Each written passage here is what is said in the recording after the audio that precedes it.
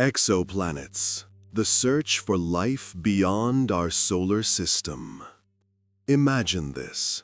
Every second, somewhere out there on billions of stars, oceans might be churning, forests might be growing, or even civilizations might be evolving.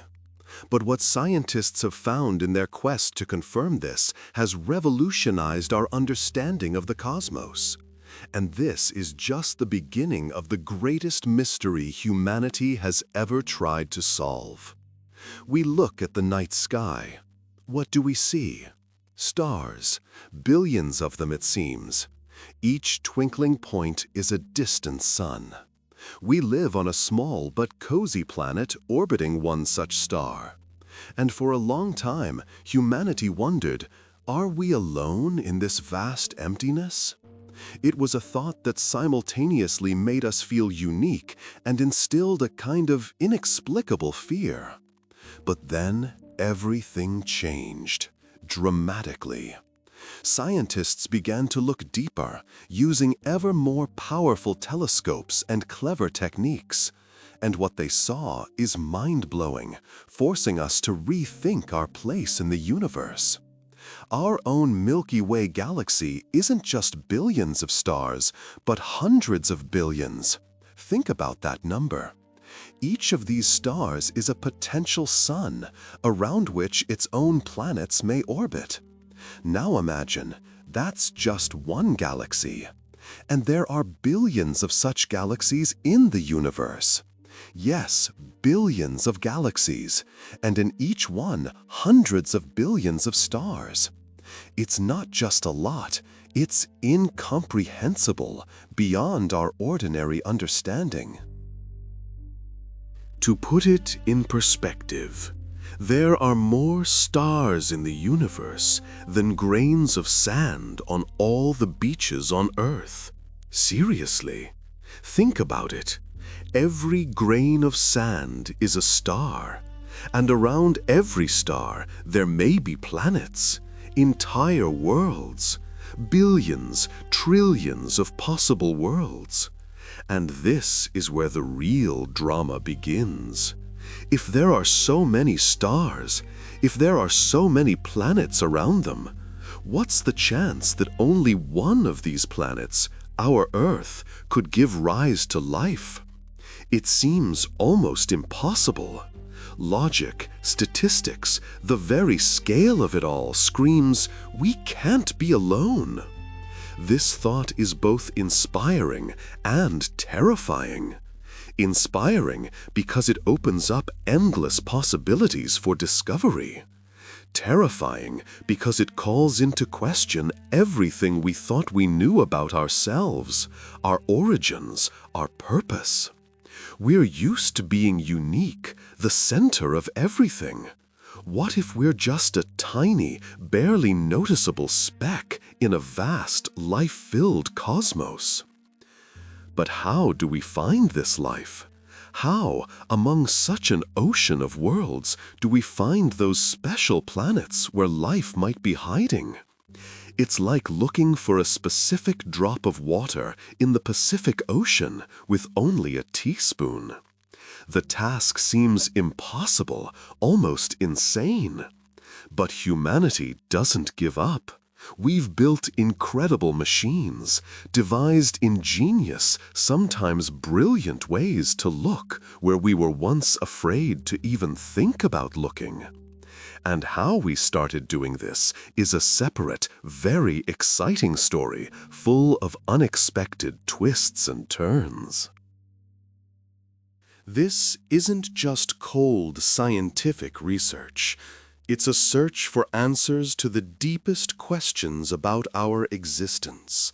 We want to know if we're alone in the darkness of space. And this desire, this unquenchable thirst for knowledge has driven us for decades, forcing us to look further and deeper. But how did scientists even begin to find these worlds that are so far away that they are almost impossible to see directly? It's a story of true cosmic detective work. Do you believe that life only needs a Goldilocks zone, the perfect distance from a star? What if I told you that this seemingly perfect formula may be our biggest misconception in the search for alien life? So, we know the universe is teeming with stars, and therefore planets. But how do you see something that's light years away? It's not just difficult, it seemed impossible. Imagine trying to spot a speck of dust swirling around a spotlight hundreds of miles away. That was the challenge. But scientists are the most stubborn detectives in the universe. They figured out how to do it. They had to become real cosmic sleuths. They didn't see the planets directly, no. They looked for them through circumstantial evidence. It's like you can't see a person, but you know he is walking by the swaying of the lamp in his hand. The first breakthrough came with a method called the Radial Velocity Method, or simply put, stellar wobble. Here's how it works. A planet, even a small one, pulls on the star with its gravity. It's like a child pulling on an adult's arm. The adult won't fall, but will stagger a little. The star does the same thing. It wobbles slightly around the common center of mass with the planet. And this tiny jerk of the star can be noticed. How? Thanks to the Doppler effect.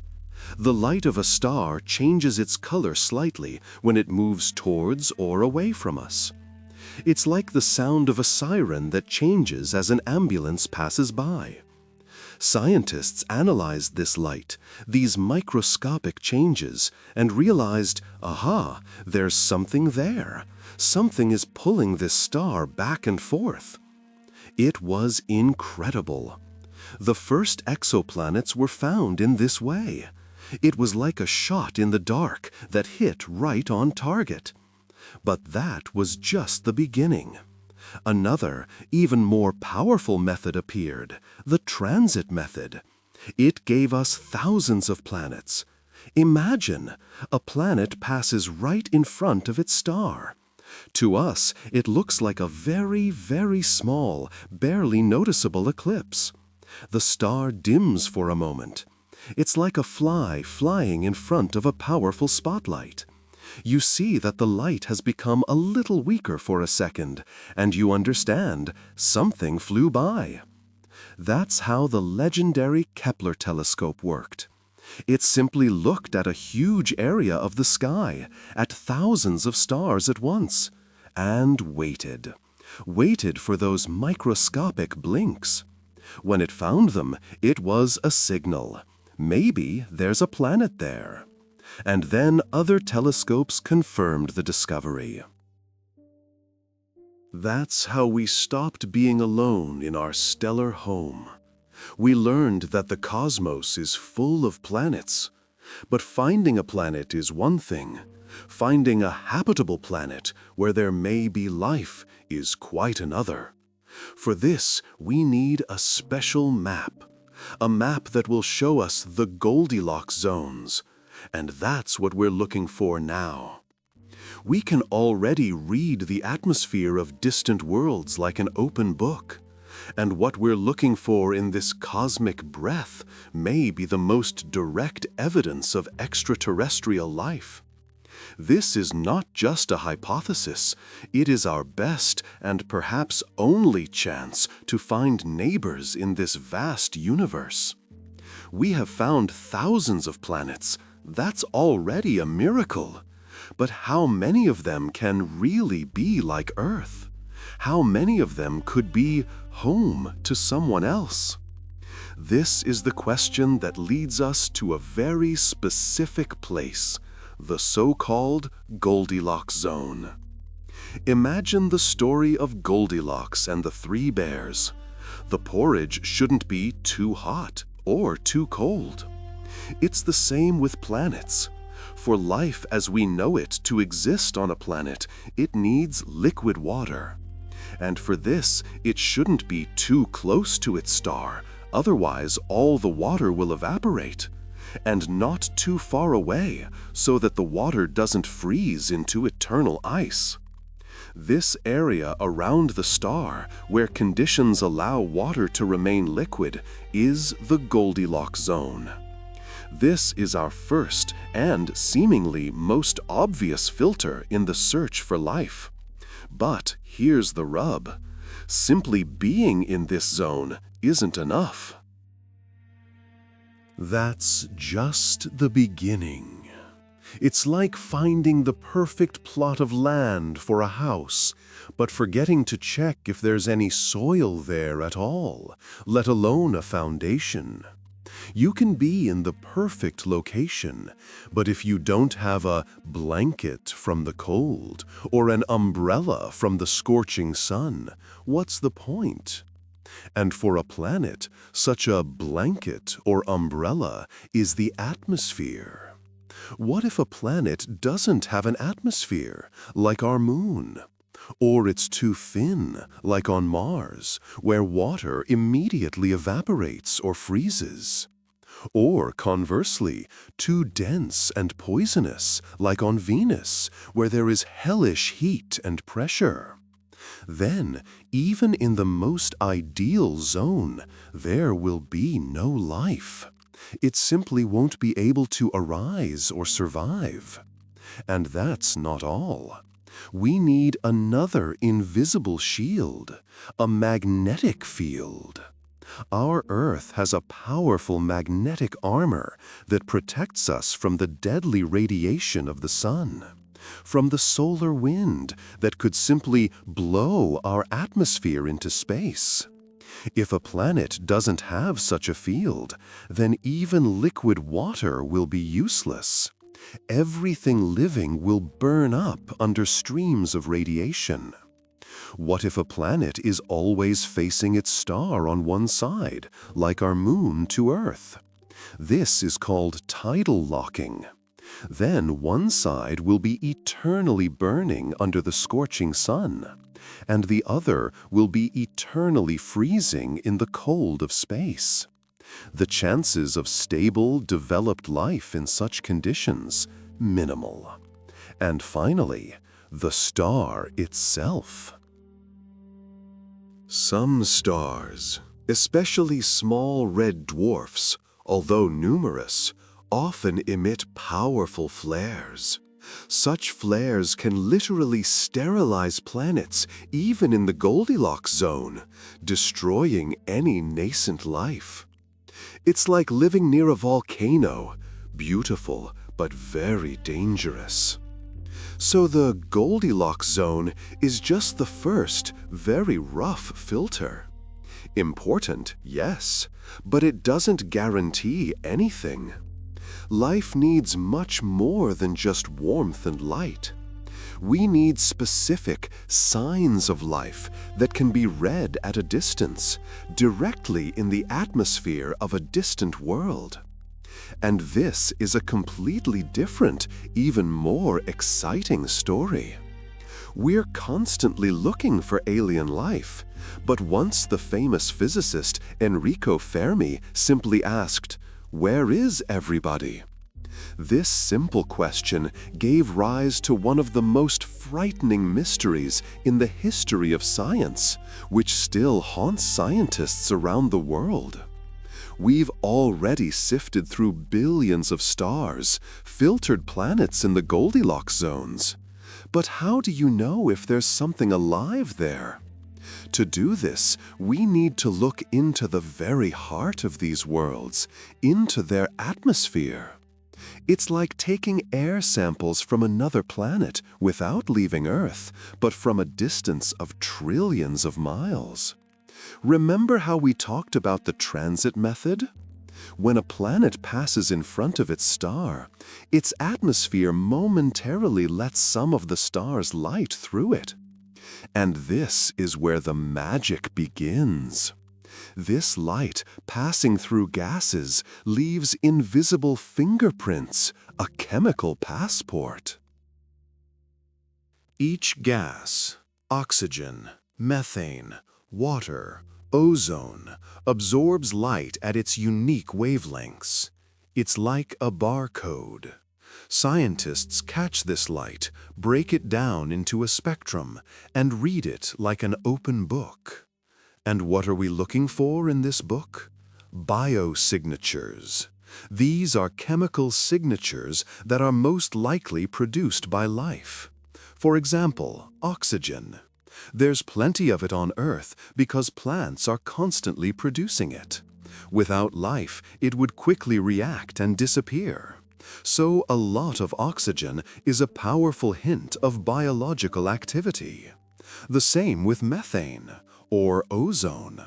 If we see oxygen and methane together, it's very suspicious.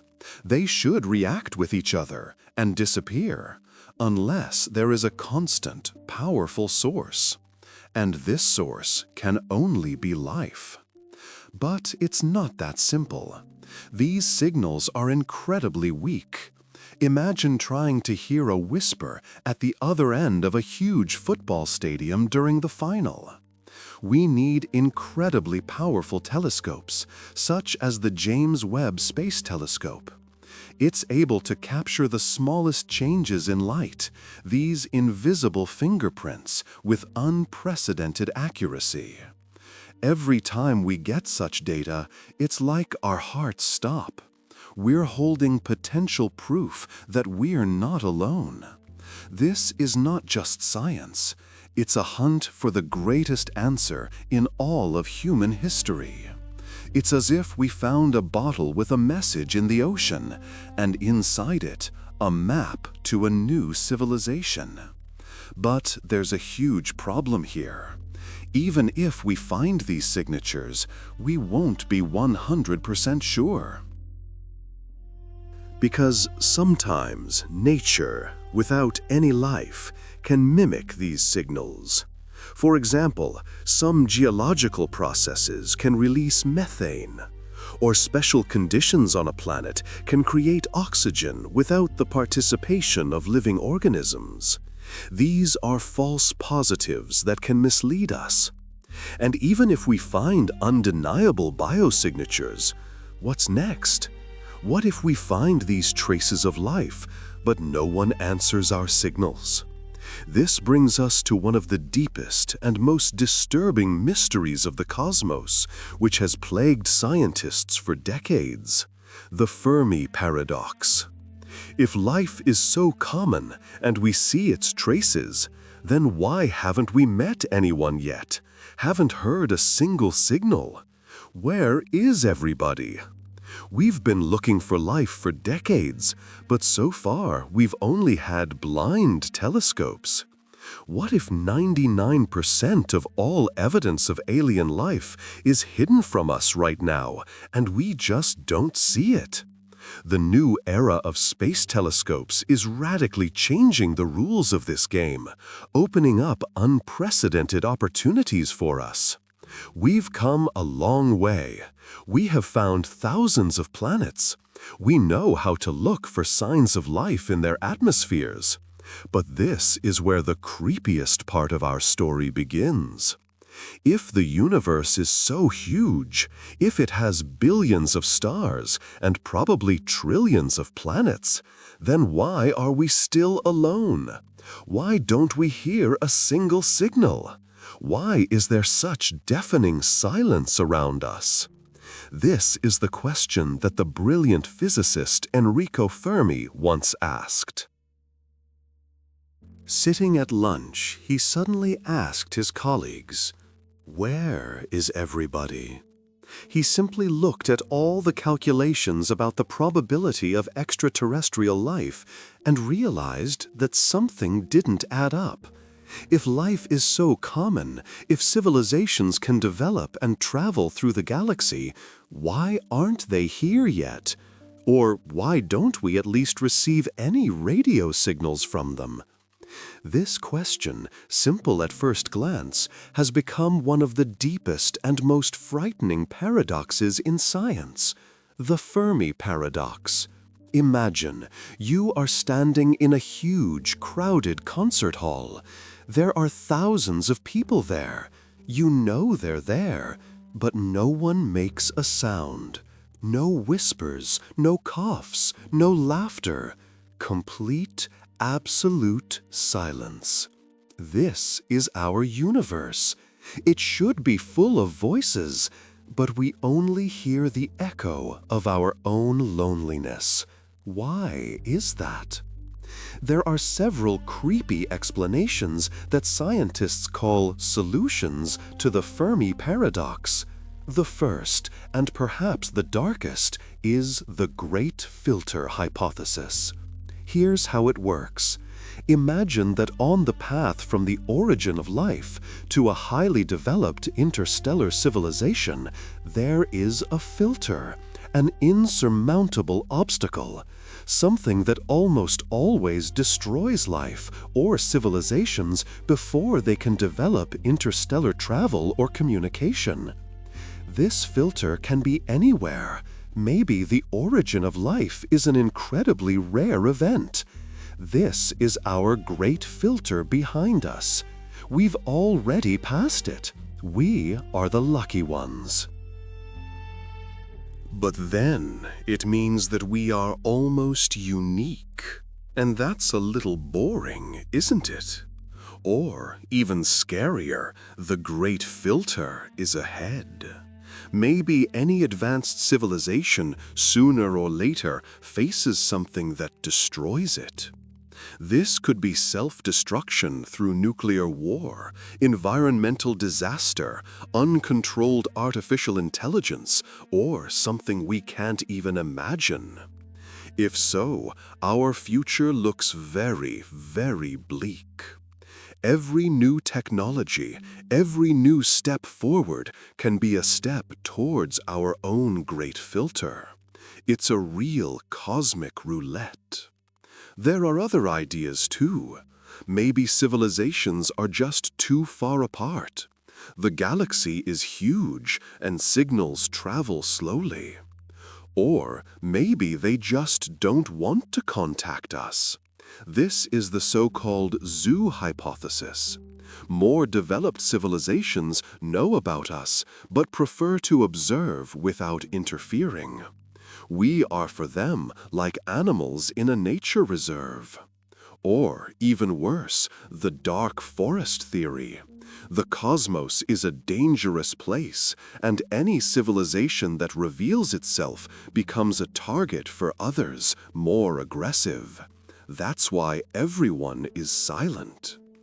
Or maybe we're looking for the wrong thing. We're looking for radio signals, but they've already switched to something else. Neutrino communications, gravitational waves, quantum teleportation? We're trying to catch their phone call on a landline. The Fermi Paradox isn't just a scientific puzzle. It's an existential question that challenges the very idea of our place in the universe. It makes us wonder, what will we do if we never find anyone? Or, even scarier, if we find too much evidence of the great filter that awaits us in the future? It's unsettling, and it makes us keep looking at the sky, using more and more new eyes. Imagine one day the phone rings and you find out that we've found them, that life beyond Earth is not science fiction. You'll get goosebumps, and the world around you will change forever. But are we ready for what will happen when this knowledge falls upon humanity? We listened to the silence of space, but our ears were too weak. We looked at the stars, but our eyes were blinkered. All these years we were trying to catch a whisper in a hurricane, to see a speck of dust through a telescope that could barely show the moon. It's like trying to find a needle in a haystack with just a magnifying glass. But man wouldn't be human if he just accepted that. We are creating new, incredible tools that will literally change our view of the universe. The first of these new eyes is already there, in space. It's the James Webb Telescope. And it's not just a telescope, it's a time machine, capable of looking into the depths of space and time. Its main advantage is working in the infrared range. Why is this so important? Because it is in this light that we can read the atmospheres of distant planets. It sees the very biosignatures we talked about earlier with a clarity that we never dreamed of before. It has already given us amazing results, showing that some exoplanets have an atmosphere with water and other elements. It's not just looking, it's already finding. But that's just the beginning. Real giants are being built on Earth. Imagine telescopes with mirrors 30 or even 40 meters in diameter. It's like a whole football field looking at the sky. These are the European Extremely Large Telescope and the 30-meter telescope. Their power will allow us not only to study the atmospheres, but also, perhaps for the first time in history, to directly see exoplanets.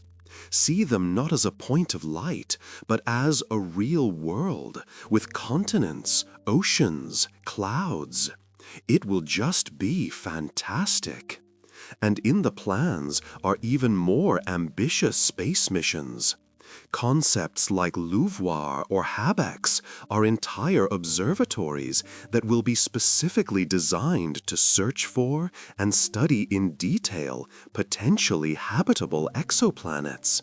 They will use so-called coronagraphs or even giant cosmic star shields, huge devices that will fly at a distance of thousands of kilometers from the telescope and block the light of the star, so that you can see the faint planet next to it.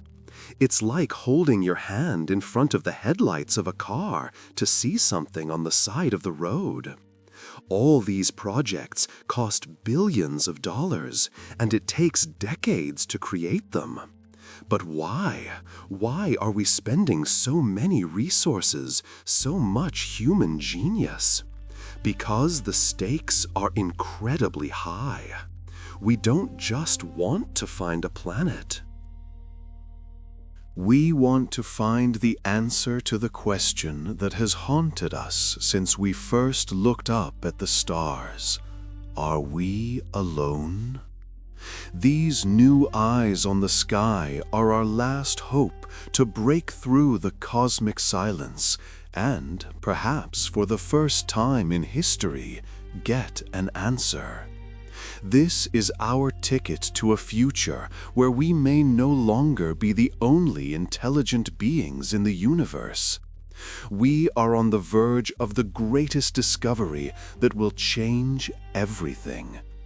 If you don't want to miss the moment when humanity finds the answer and learn the exclusive details of this space race, subscribe to Epic Echoes right now and hit the like button. This way, you won't miss a single new chapter.